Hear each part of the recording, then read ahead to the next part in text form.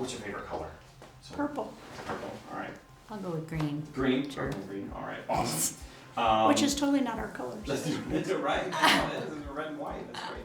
How long have you been doing Stoney Run? The whole Canine camp? 6 years. You guys said. So what inspired you to kind of even start? Like, where did that begin? So Sue and I met in dog rescue, like, I don't know, 10 years-ish ago.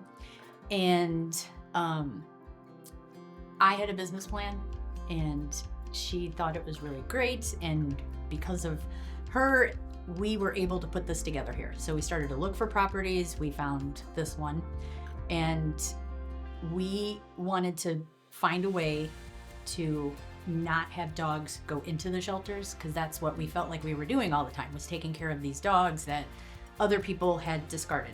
So we wanted to become a place where the community could come and find ways to keep their dogs in their homes. That's what the big, what the starting thought was with this. We definitely wanted green space. Most of these type boarding situations, training, it's all zoned industrial. So we wanted to find something where the dogs could get out on the property. And then lo and behold, we got horses and goats. So that played very well into what we were doing here. So we use them for distraction with the dogs, and they get to spend time in there as well. All right, what makes SRCCA different from other dog training facilities? Well, I think we bring a whole collection of trainers to our property here. We've got 12 trainers, and they all come from different backgrounds. Some are pet people oriented, and some are performance oriented. So they train with their dog to compete in all the different sporting venues. And one of the things we offer different than any other training facility is that we offer all the different dog sports. We don't just do obedience, puppy, and that's it.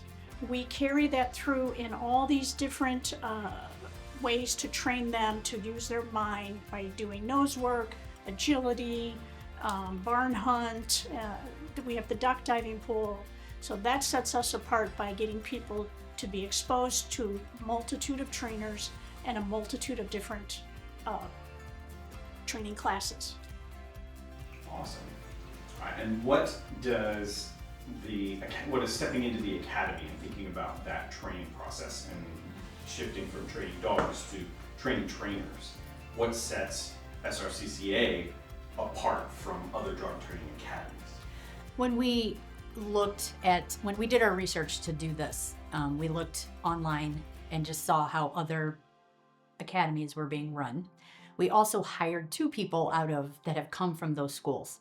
And typically they're mostly put in front of other people that are dog handlers to run like a classroom situation. Here, and I don't know of any other place, they're going to be in front of pet people. And that's who when they graduate and when they start working, they're going to work at a place like this with pet people. To get into performance or to get into the police work, that is a specialized field. Most of the universities, that's what they're focusing on.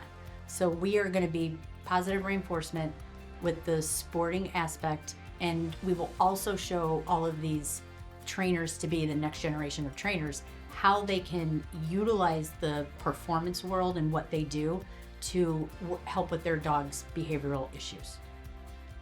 Amazing. All right, and then how does the process work for the academy?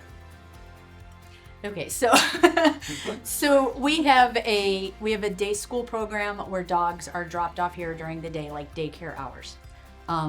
So the students are going to be working with our day school dogs. They will also be working with our trainers while they're running the classes.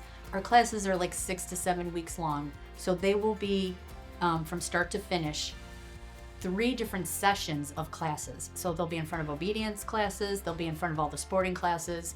We have people that come in. There's one gentleman, JD, that does a seminar for dock diving. They'll be included in all of that. We also have people coming in from Nebraska to do disc seminars, and they will be involved in that as well. So they are going to get not only what you need to do to become a dog trainer working with pet people, they're also going to be exposed to the event side of it and trials and what that means, and just more things that they can pull out in the future when they're wanting to expand their own businesses.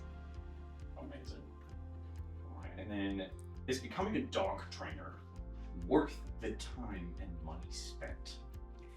I mean, I kind of think of this as something akin to the people that are coming out and going into the trades. It's 21 weeks, so it's not super long. It's not a 4-year degree or anything like that. It's going to give you a very good foundation of what you're going to need to know to start your career. So in the big scheme of things, I think it's a relatively small amount of fees and your time to get you started in something that could take you through the rest of your life. Thank you. Did you want to add? I know, I'm sorry. Okay, she's All right. So, who would be a good candidate for this program? Oh, we were just talking about that. A good candidate would be somebody who has a passion and love for dogs, of course, and somebody who really wants to help people have that awesome bond and to be able to help people work through issues with these dogs that they've possibly adopted, and to continue to show these pet people what else they can do beyond a puppy class, beyond an obedience class. Yeah. But when would a student plan on taking the exam? So at all of these academies, everybody, they leave with the certification from wherever they're going. So you're going to get a Stoney Run Canine Camp Academy certification.